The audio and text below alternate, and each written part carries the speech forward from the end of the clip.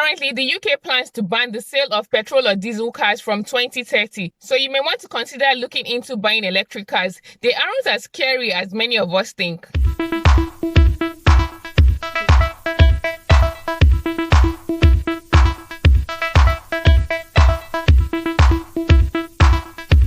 Hi guys, welcome to my channel. My name is Laju. If you're new here, you are highly welcome. If you're a returning subscriber, thank you and welcome back. I share videos on lifestyle and my life as a Nigerian in the UK. I also share career tips for health workers and immigrants moving and living in the UK. In today's video, I share tips on what you should know before buying a car in the UK. But before I continue, I'm glad to announce that this video is proudly sponsored by TrueLink.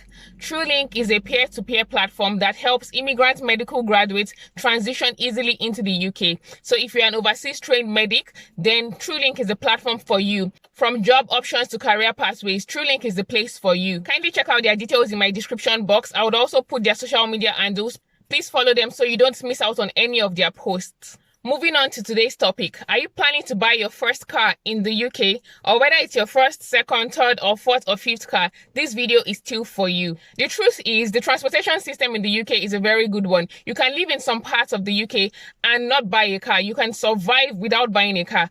But in some other parts of the UK, buying a car is a necessity. For instance, if where you're living and where you're working, your commute is a lot, then you may consider buying a car. Now, the first thing to do before buying a car is you need to have a budget. How much are you willing to spend on your car? What is your budget for the car? Yes, there are car finance options available, which I spoke about in my previous video. If you haven't seen it, please do check it out. It's very helpful. So yes, you have a budget for your car, whether you want to buy your car at once or whether you want to go for car finance options. You need to watch this video so that you know which option works best for you, but you have a budget of how much you want to spend on your car. The next thing is what type of car you want to buy. Do you want to buy a brand new car, or are you comfortable buying a good used car? In the UK, you can actually find some really good used cars on certain websites. Like I said, this video is sponsored by TrueLink and not by any other company, but you can find really good cars on websites like Auto Trader, Car Gurus, even tradecenter.co.uk. Now, you should note that on this website, a lot of private dealers list their cars. So you're not buying it from Auto Trader in particular, but there are lots of car dealers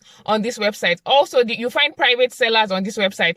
Personally, I would not recommend buying a car from a private seller. People do it, but there are a lot of loopholes. They may not be very transparent. They may not tell you everything that is wrong with the car. Also, you cannot verify if it's a stolen car or if it's their car they're actually selling. So there are a lot of things to consider when buying a car. It's better you go through private car dealers listed on this website.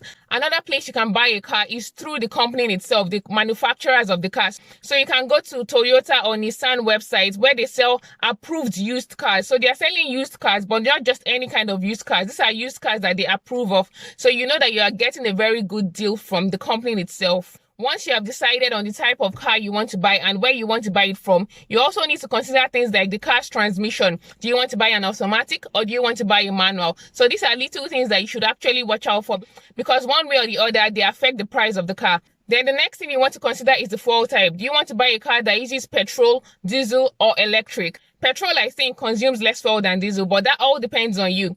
Currently, the UK plans to ban the sale of petrol or diesel cars from 2030. So you may want to consider looking into buying electric cars. They aren't as scary as many of us think.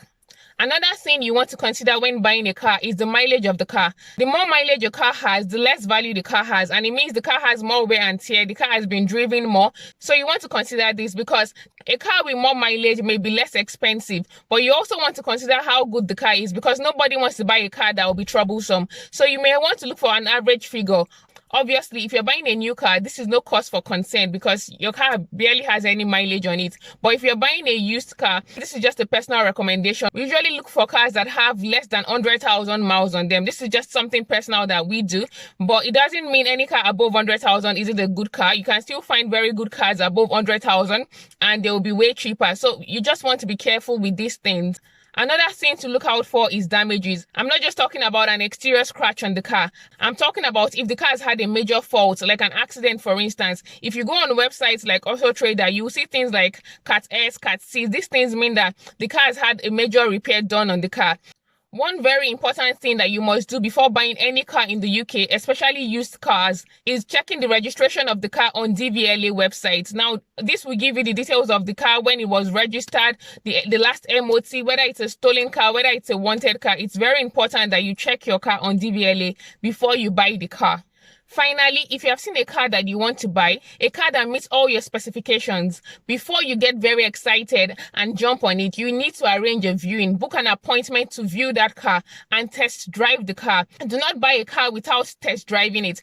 If possible, you can take someone along that is knowledgeable on cars and can help you look around the car, make sure everything is fine with the car, because you don't want to buy a car and then start regretting it. Yes, when you buy some cars, they come with warranty and the likes, but you want to make sure that you get a car that doesn't give you issues after a while. Also, before buying the car, you should note that the cost of the car is one out of many. You still need to consider the insurance of the car, how much it will cost, the tax of the car, how much it will cost, and ensure that when you buy a car, you check the MOT of the car and you leave with your V5C registration document. After you view the car and test drive the car, don't be afraid to ask questions. Is there anything wrong with this car?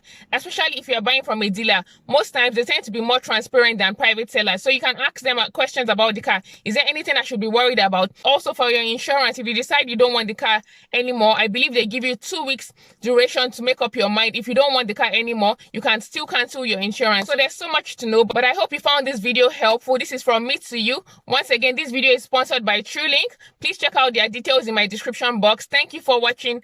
Bye.